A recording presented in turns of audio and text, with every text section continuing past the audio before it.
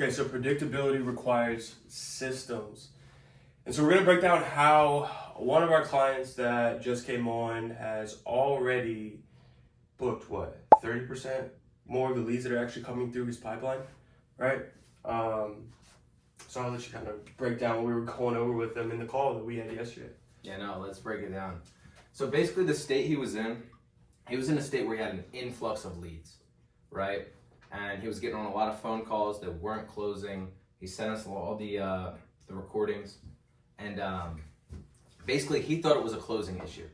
He's like, shit, my closing must suck. All these people are coming in, and not a single one of them is closing. No one's piffing, and he's offering payment plans, and there's just a lot of places where we can find the constraint in this funnel, right?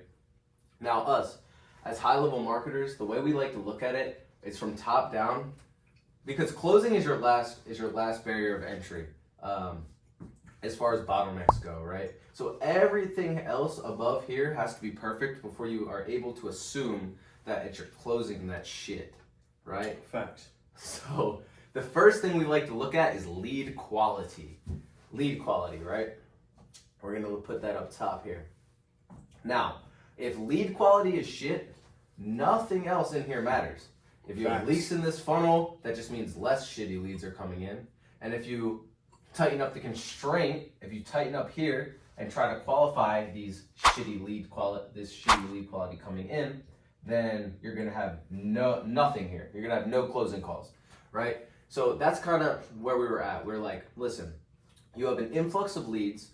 What we can do is we have two options. It's either lead quality or it's qualification questions, right? So our two options were option number one. What we do is we constrain this. We make it a lot harder to book a call. We put setters in, we add qualification questions, we add a warm dial where they get further qualified, and make this super constrained, keep the influx of leads coming in, and hopefully like the little bit of leads that are coming through are, decent leads, right? Now, on that conversation, he ended up telling us that his ideal lead, his best lead, who he thinks is an ICP, still doesn't have the money to pay. So I think it's fair to assume lead quality is the issue, not the qualification stuff. All this would do is shut down his entire funnel, right? Now, when we get into lead quality, how do we address that? How do we address lead quality from a paid ads perspective? It's messaging. Bingo. Messaging is what controls your lead quality. Now, if you work with Saulna, we have an in-house software that scrapes leads, and we have our processes that we use to actually book those leads on our calendar. So lead quality is addressed on that front. But for this example, he was running paid ads as his primary lead source. So we can fairly assume that his messaging is shit because of all of this mess here, right? So we want to dive a little deeper into that. Yeah, no, that's good. That's good. You're absolutely cooking. Because, again, right now, he's averaging around 12 people opting in a day from his funnel, right? In the ads he's running, and he gets a really good cost per booked call, like, incredible, right? But 1 in every 20 people are actually converting, and he's talking about trying to lower ticket price for these people, right? And again, when he's like talking to these people on a daily basis, they're tire kickers at the end of the day, right? And so again, what Craig was breaking down with them is like, okay, let's say out of 10 people that are coming in, how many of them are actually the person you want to work with, right? The person that can actually buy it, right? He said what, 4 out of 10?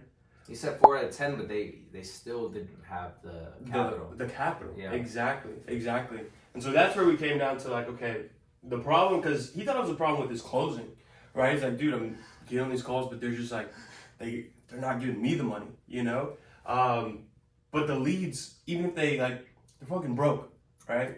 Yeah. You can beat your head as much as you want about your closing and your digging processes and all that shit, but if they're broke, like, niggas ain't gonna give you money anyway.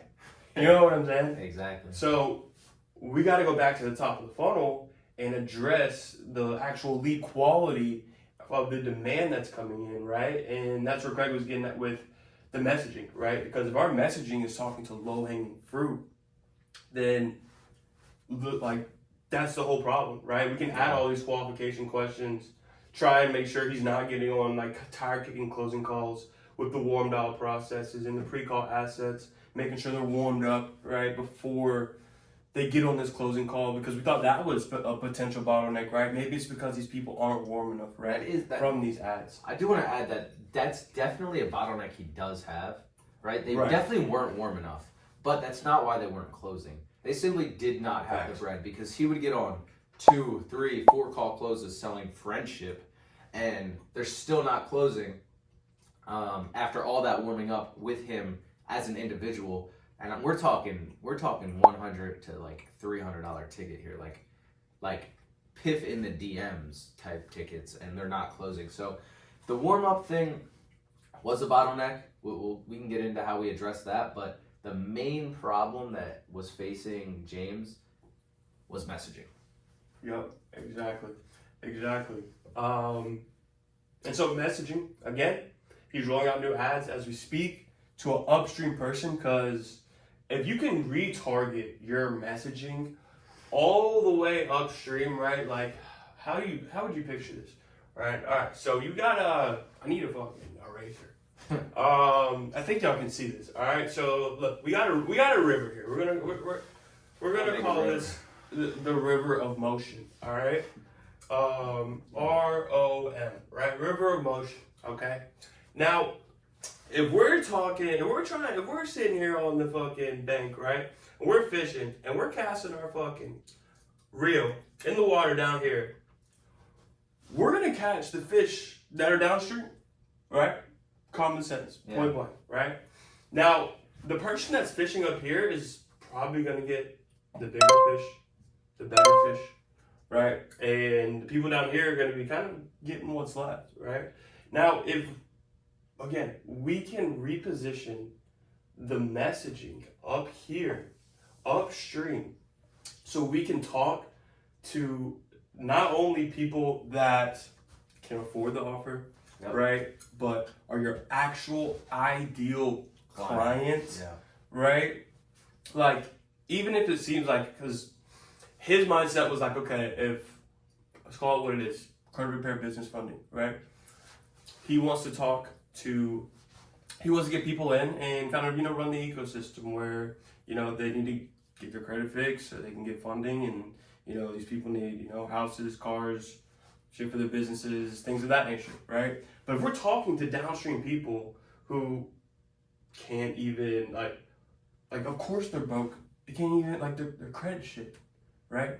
That means they're missing payments. That means, they don't have excess cash. It's like, right? How are you going to target someone who you know for a fact has bad financial history for a high-ticket product? It's just a bad positioning to be in.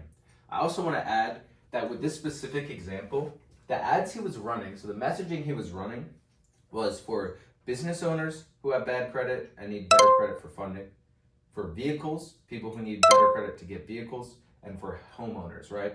So when you're thinking about this from an upstream perspective, it's I don't want to call him retarded, but it was retarded for him to target people that are for vehicles and for houses, because his end goal, his upsell, once they get in the ecosystem from credit repair, is business funding. So that means 2 out of the 3 people you target have no LTV in his company, which you have to think about when you're targeting like this.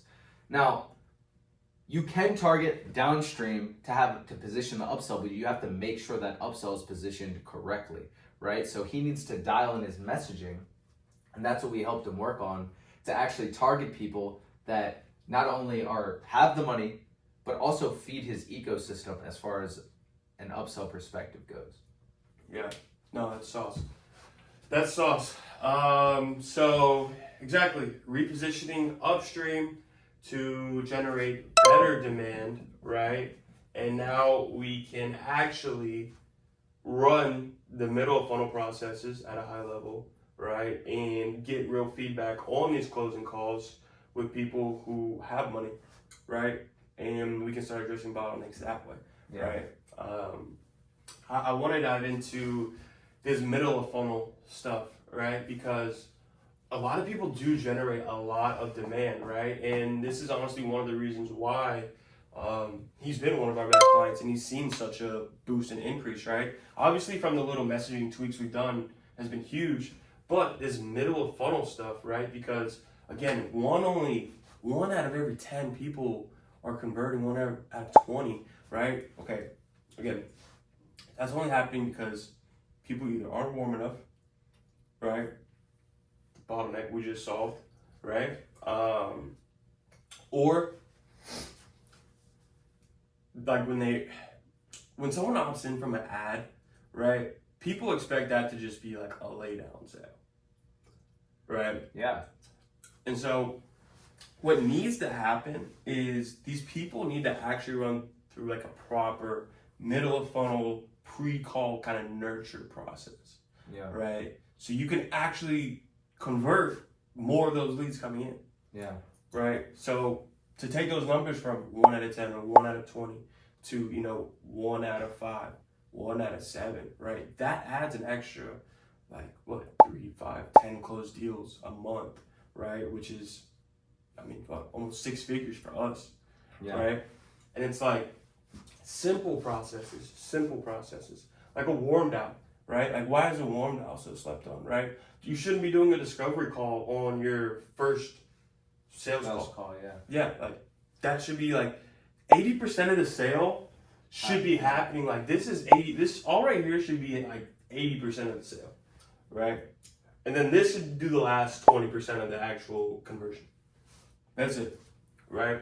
And so warm dial processes, right? And the pre-call assets, right? So within the pre-call assets, what we got, Craig? To-do list. Yeah, this is our specific processes. I do want to add that the answer to this middle of funnel, like we have processes that we work that we can implement in everyone's business based upon just looking at metrics. But depending on where you're at in your business, the answer to this is right here in your closing calls. You have to listen. This is what me and Darius did so well to actually, we made all this from scratch. Like we've learned stuff, we have a network, we've implemented things, but as far as the personalization and specifics of this, it came from closing calls that we got from market feedback. So we started as operators, and we always had the skill of generating demand. We knew how to bring in deals. We knew that, whether it was from someone else's audience or even from our own, right? So it was here to here. These closing calls, the conversations Darius was getting on, and then I was watching it as well, as far as the recordings go, gave us all the information needed for this middle of funnel.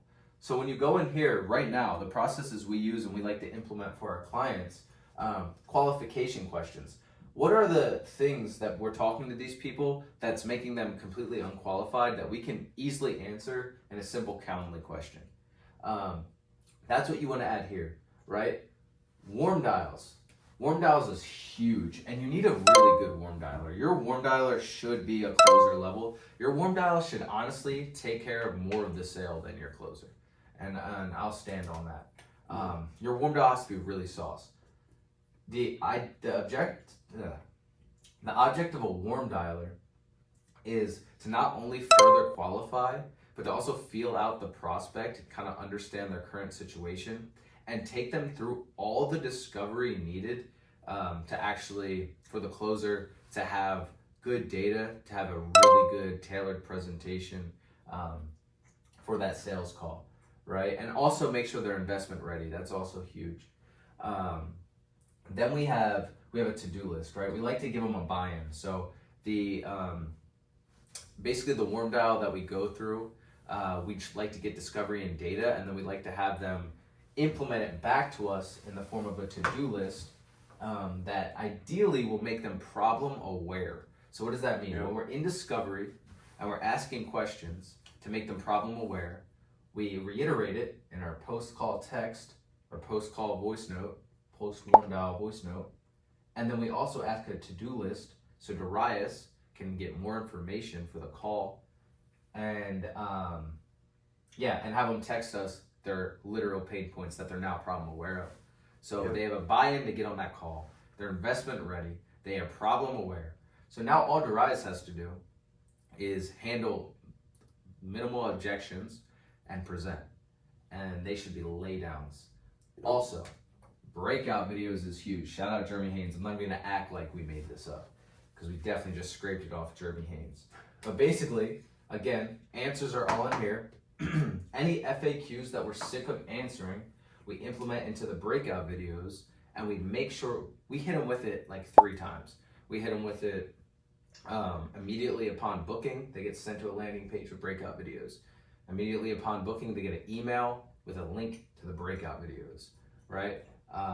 We send them an SMS and a text to breakout videos, you know? So we really want to make sure they watch this, and the emails actually like type out the content that's in the breakout videos, because we need them to understand this information in order for them to close. We need them to understand this information in order for them to be in a state to actually close. And then as well as email and SMS. SMS really just helps with show rate, staying top of mind. A good sign that your SMS and email workflows are working is that people are rescheduling if they can't show up. That's a good rule of thumb. And then emails to reiterate breakout videos and also set expectations for the call. Yeah, exactly. Sauce. Because that's everything, right? The more problem aware you can make prospects that come in, right? Because again, this needs to be doing 80% of the actual sale, right? A warm dial is a big part of that, like Craig said. That person needs to be taking that prospect like all the way to the sale, where they're pretty much asking for price on the phone. Yeah. And then do not drop it on the warm dial, whatever happens, right? And then boom, like you said, right after that, all of the rest of like the processes start, right? Again, that way they're getting on the close. They already know how this call's about to go. We already know their pain points, and it just allows for just a simpler, more seamless process. Leads to be coming on a shit ton warmer, right? And people, investment ready, right? Because that is huge. That is huge, right? Yeah, I think that was a good breakdown. Yeah, it's a good spot. I mean, we could talk about this all day, but Facts. yeah, no, I think it's a good spot. Yeah. So, if you guys are generating demand, want help with those simple conversion mechanisms, right? We've built a software, right, that pretty much solves all this stuff we're talking about. Give you all these SOPs, right? All the tracking, all the fucking everything you need. That's what we got, right? Come check it out, all right? Just message us. One of our setters will reach out to you and work through the process, right? So outside of that, see you at the top. Motion.